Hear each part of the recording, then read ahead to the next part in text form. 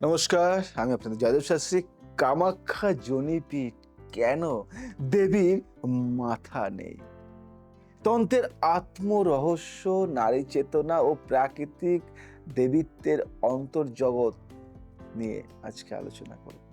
আমি আজকে আলোচনা করব মা কামাখ্যার কিছু গুপ্ত জিনিস নিয়ে।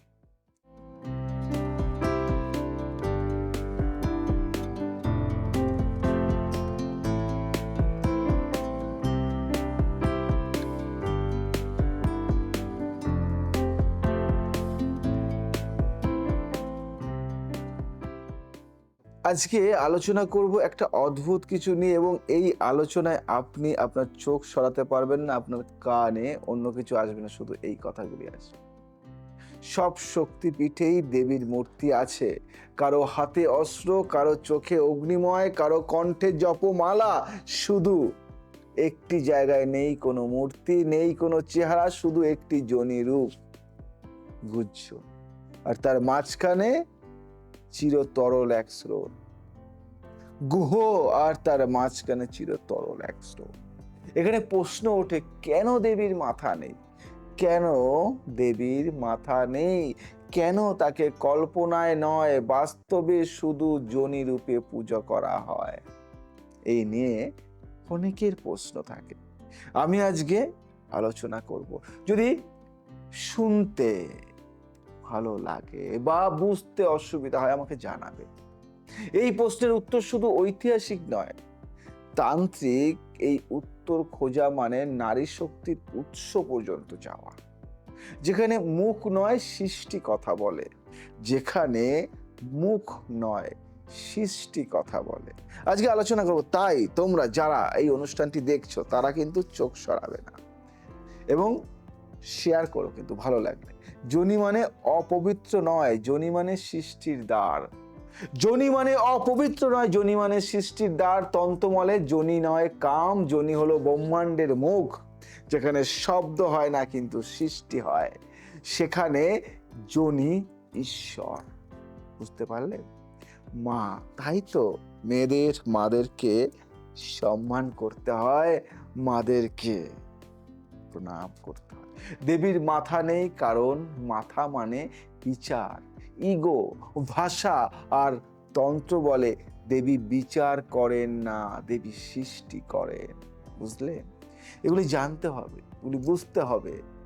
আমরা আর্গুমেন্ট করতে পারি, কেন করি? আমাদের মাথা আছে তাই, আমাদের ইগো আছে, মাথা আছে তাই। তাই কামাখ্যা রূপে দেবী শুধু এক যোনি মণ্ডল, তাকে বোঝা যায় না, দেখে নয়, জন্ম দিয়ে। বুঝতে পারলে? বোঝো আজকের এই তত্ত্বগুলি, এই কথাগুলি যদি বুঝতে পারো, তাহলে অনেক অজানা কিছু তুমি জানতে পারবে, নিজের থেকে নিজে কিছু সৃষ্টি করতে পারবে। ইতিহাস ও তন্ত্র, সতীর দেহ, বিষ্ণুর চক্র ও যোনির পতন। বলি আজকে, যখন সতী দাহন এবং শিব পাগলের মতো দেহ কাঁধে করে ঘুরতে থাকেন, বিষ্ণু সুদর্শন চক্র দিয়ে সতীর দেহ খণ্ড বিখণ্ড করেন। তন্ত্রশাস্ত্র বলে সতীর যোনি পতিত হয় নীলাচল পাহাড়ে, নীলাচল পাহাড়ে, যা আজ কামরূপ কামাখ্যা। এবং আমি নিজে কামরূপ কামাখ্যায় মাঝে মাঝে যাই, হয়তো প্রতি 2 মাস অন্তর, 1 মাস অন্তর যাওয়াই হয় আমার। এই যোনি পতনের অর্থ শুধুই অঙ্গ পতন নয়, এ হলো শক্তির কেন্দ্র নিজের রূপ ছাপিয়ে নিজেই পরিণত হয়েছে গর্ভে। তাই এখানে মুখ নয়, চোখ নয়, অস্ত্র নয়, শুধু যোনি, কারণ সৃষ্টির আর কোনো রূপ নেই। বুঝতে পারলে? আমরা যদি বুঝতে পারি, আমরা অনেক কিছু শিখতে পারবো, সৃষ্টি করতে পারবো। তন্ত্রের দৃষ্টিতে দেবীর মুখহীনতা, শক্তির নীরব উপাসনা। মুখে ভাষা থাকে, ভাষার নিয়ন্ত্রণ থাকে, আর তন্ত্র সেই নিয়ন্ত্রণই ভাঙে। তাই কামাখ্যা যোনিপীঠে দেবীর কোনো মুখ নেই, কারণ দেবী এখানে শব্দ নয়, অনুভব। তাকে ডাকতে হয় না, তাকে দেখতে হয় না, তাকে অনুভব করতে হয়।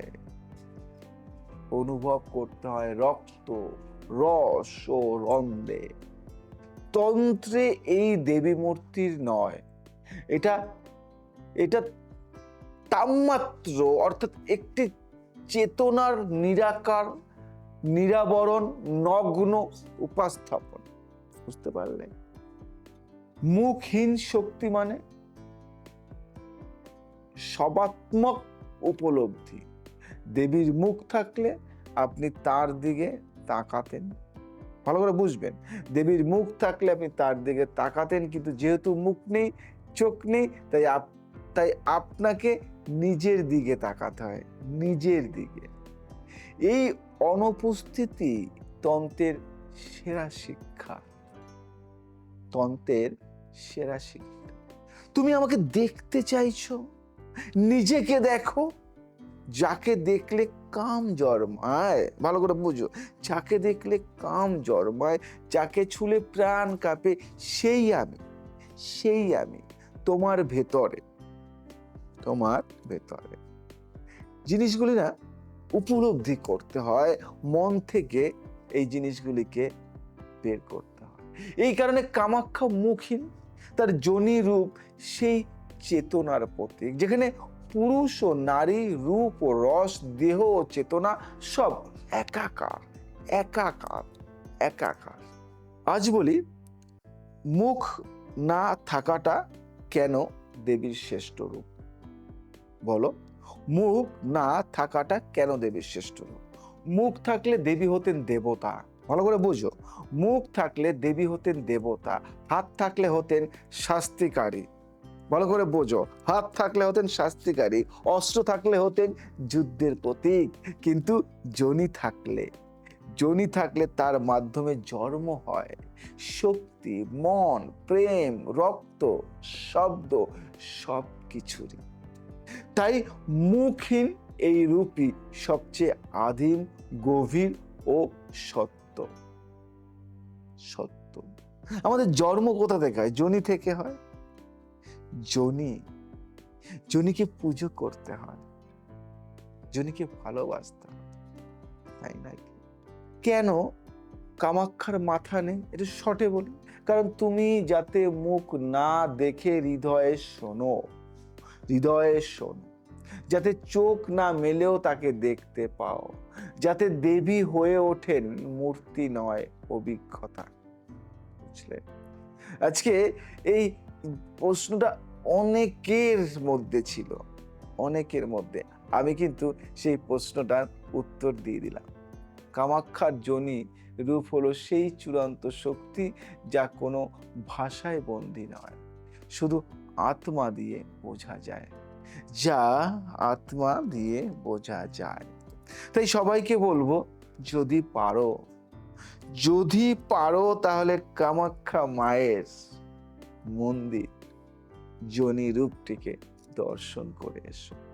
এই একটা অদ্ভুত প্রাপ্তি। আমি বলি তোমাদেরকে, এই কামাখ্যা এভরিডে ভিড় থাকে কেন? কারণ ভক্তরা আসে মনোবাঞ্ছনা নিয়ে এবং তাদের পূর্ণতা লাভ করে। যাই হোক, যদি তোমাদের অজানা প্রশ্নের উত্তর আমি দিয়ে থাকি বা যদি জেনে থাকো, তাহলে ভালো লাগলে শেয়ার করো, লাইক করো, কমেন্টস করো, আমাকে জানিও যে কেমন লাগলো, তোমরা নতুন কিছু জানতে চাও কিনা আমাকে বলো। আমি তোমাদের মতো, তোমাদের ভাবনা দিয়ে আমি কিছু প্রোগ্রাম করব। আজ আসি, আবার আসবো নতুন কিছু নিয়ে।